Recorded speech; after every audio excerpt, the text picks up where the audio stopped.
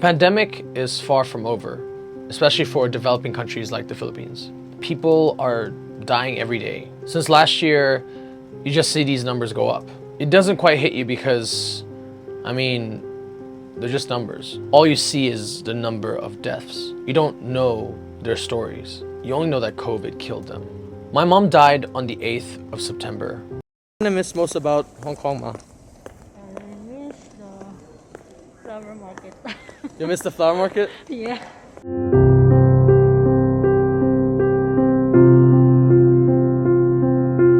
Many of you have asked, why does she even go there? Before she went to the Philippines, she was in Japan for 6 months. Happy, healthy, and strong. My mama is very cautious. She's terrified of COVID. My mama went to Philippines for 3 reasons. First, to fix her teeth, her dentures. Second reason, to do a body check. And third reason is to sell her lot. She arrived in the Philippines at the end of July. Then 2 weeks in quarantine, tested negative. So it hasn't even been a month that she died. Losing a loved one during a pandemic is truly horrible, especially when they died abroad. Many of you have also asked, why don't you fly there? I called the consulate. They said that for my dad, because he holds a foreign passport, it would take around 2 weeks just to process paperwork that would allow him to apply for the visa. So I think by the time he could even get out of the Philippines, like out of quarantine, it'd be like a month. I hold a Filipino passport. I could have gone there on my own. But honestly, I was afraid to be alone in my grief. All alone for like 14 days there, and then 21 days when I come back. Also, could we have kept Mama preserved for that long? And so we made a decision as a family that Mama should be embalmed there. There should be a beautiful funeral for her there, and we could just live stream it.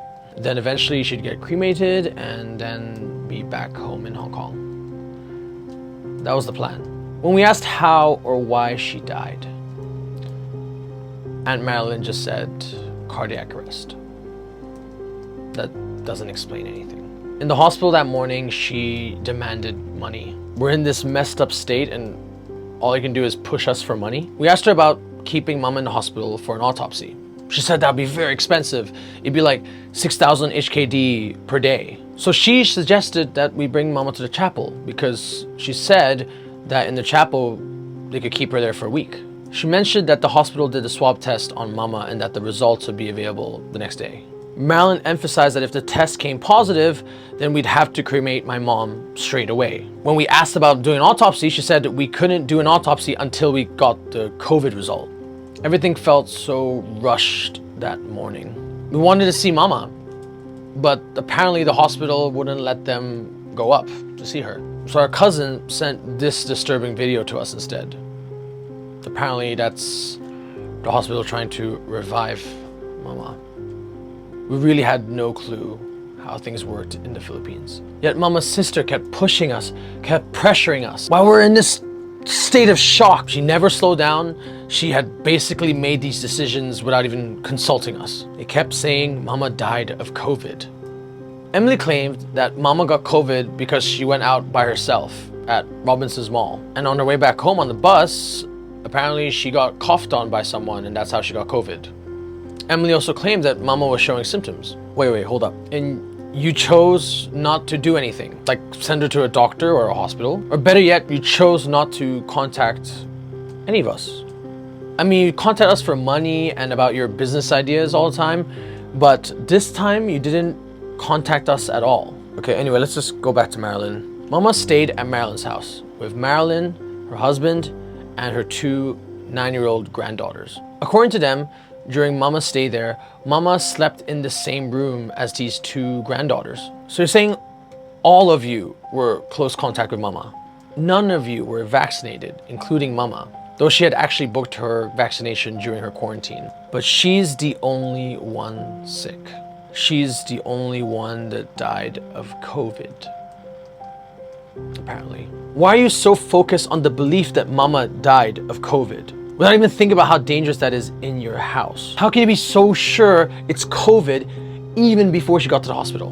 Why haven't you guys got tested for COVID? Why is there no lockdown? Why didn't you contact authorities? That evening, I prayed that the result would be negative. I mean, there was no way, right? I mean, everything up to that point just didn't make sense. I mean, Mama would tell us, right? She's been in close contact with my dad the whole time. They've been in touch, they've been messaging each other, right? If she felt that sick, we would know, right? Even before the swab test.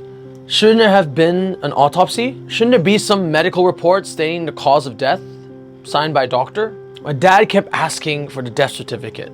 Yet Marilyn kept replying, oh, it's not ready yet. Oh, it's not available. Oh, it takes time. We begged them to get someone to perform an autopsy. But Marilyn, as if she couldn't wait for the COVID test to come back positive, denied us and said, no, it's positive. We have to cremate her straight away. We got sent the COVID result at around 11 p.m. that night. Soft copy, low quality.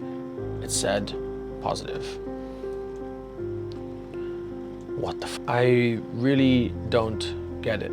Your sister just died in your house. You assumed it was COVID. It seems you're not even afraid of COVID spreading in your house. You don't even want to know what really caused the death of your sister? I mean, through an autopsy, you made an assumption with your sister, Auntie Emily. Your assumption became valid thanks to the COVID result. And you made us feel like that was it. It's done. As you put it, Emily, it's the end of the story.